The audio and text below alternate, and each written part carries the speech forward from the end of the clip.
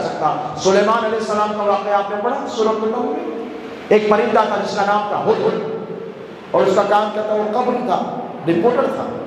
Reporter کس کا تھا؟ سلیمان علیہ السلام کا.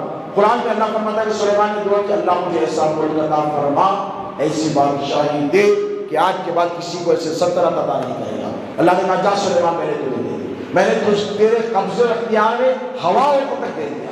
ہوائیں مسخر ہو گئی، زمین تو زمین، آسمان تو آسمان، ہوا، چرند پرند درند، زمین کی مخلوقات، پانی کی مخلوقات، فرشتے، اجنہ، یہ سب کو تابع کر دیا سلیمان علیہ السلام نے. ایک ہلکا سا پرندہ آیا، چھوٹا سا ہو، آج بھی نظر آتا ہے، گوگل کرے پتا چلے گا. قرآن میں اللہ فرماتا ہے کہ سلیمان نے پوچھا قائل ہدہد ام کانا من الغائبین، ہدہد کہاں ہے؟ وہ غائب کیوں ہو گیا؟ ہدہد کہیں دور نکل گیا تھا رپورٹ لانے.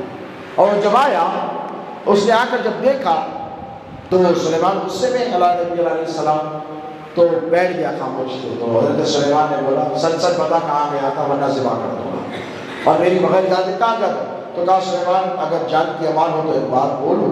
اللہ نے زبان بھی طے کی تھی. قرآن کہہ رہا ہوں میں، کوئی قصے کہانیاں نہیں سنا رہا ہوں، قرآن میں. تو حضور نے کہا کہ جان کی امان ہو تو ایک بات بولوں گا. سلیمان ایک پیرالل حکومت چل رہی، تمہارے کمپٹیشن میں بہت بڑی حکومت چل رہی، میں ملک سبا جا کر آیا. تو سلیمان نے بولا اس میں کیا خاصیت ہے؟ تو کہا تم تو نیچے بیٹھے، ان کے پاس اتنا بڑا تخت ہے، اتنا زبردست تخت ہے، ملکہ ہے، عورت جو حکومت کرتی ہے، اور وہ لوگ سورج کی پوجا کرتے ہیں، پرستش کرتے ہیں. اتنا بڑا تخت ہے، 40 گز اونچا، 40 گز چوڑا، 20 گز لمبا.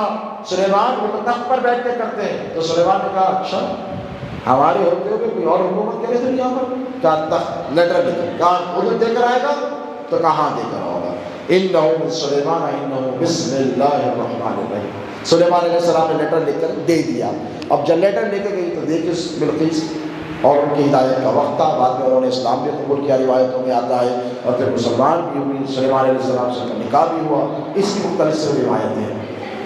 تو جب آیا تو اب دیکھیں معجزہ کسے کہتے ہیں؟ کیا قرآن بتا رہا ہوں آپ کو، معجزہ کسے کہتے ہیں؟ تو سلیمان علیہ السلام نے کہا کہ کون ہے میری جماعت میں، میری امت میں جو وہ تخت لا کر دے. قرآن بتا رہا ہوں مجھے وہ تخت لا کر دے، اور کتنی جلدی لا سکے گا؟ تو اللہ فرماتا ہے کہ ان میں سے جن اٹھا. قرآن اٹھ کر کہنے لگا کہ اے سلیمان میں لے کر آؤں اس مجلس کے ختم ہونے سے پہلے؟ تو سلیمان نے فرمایا مجھے اس سے زیادہ جلدی چاہیے، اس مجلس کے ختم ہونے سے پہلے چاہیے. ادھر بلقیس نکل گئی ہے سفر کے لیے، 15 دن 20 دن 1 مہینے کی مسافرت ہے، لگے گا ان کو اتنا ٹائم پہنچنے کے لیے، اس سے جلدی چاہیے. اگر سلیمان چاہتے تو اللہ سے کہتے اللہ تخت دے دے، اللہ بھیجا دیتا. لیکن نہیں، اللہ بتانا چاہتا ہے سلیمان کے ذریعے کہ اللہ کے محبوب بندوں کی طاقت کا عالم کیا ہوتا ہے. یہی سے عقیدہ اہل سنت سمجھ میں آ رہا ہے. دیکھیں اللہ کے محبوب ان میں سے ایک اٹھا، وَعِندَهُ عِلْمُ الْكِتَابِ. اللہ قرآن میں فرماتا ہے اس کے پاس کتاب کا علم تھا. وہ اٹھ کر کہنے لگا سلیمان مجھے اجازت ہو تمہیں کچھ عرض کروں. کہا بول، تو کتنی دیر میں لائے گا؟ سلیمان تمہاری آنکھ کے جھپکنے سے پہلے لا کر رکھ دے گا. آنکھ کے جھپکنے سے پہلے ہزاروں میل سے وہ تخت اٹھا کر لا کر تمہارے سامنے رکھ دوں گا. تو سلیمان نے یہ نہیں کہا کیسے لائے گا، کیسے کرے گا؟ سلیمان نے کہا جا لے کر آؤ. آنکھ کے جھپکنے سے پہلے تخت سامنے تھا. سلیمان نے یہ نہیں کہا واہ شاباش کیا پاور ہے تیرے پاس. کہا ھذا من فضل ربی، یہ میرے رب کا فضل ہے، تیری کوئی اوقات نہیں ہے، سب میرے رب کا فضل ہے.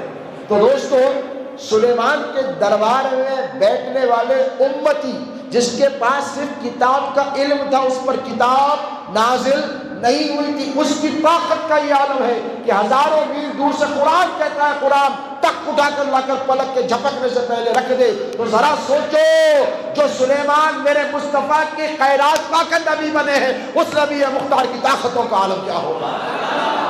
یہ جو لوگ کہتے ہیں کہ مصطفیٰ مجبور ہے، نعوذ باللہ من ذالک، نہیں دوستو یہ دھوکہ دینے کی بات ہے. قرآن پڑھو، قرآن پڑھو بولتے نا، میں کہتا ہوں پڑھو قرآن پڑھو تو جا بجا اللہ کے محبوب بندوں کی طاقتوں قوتوں کا پتہ چلے گا.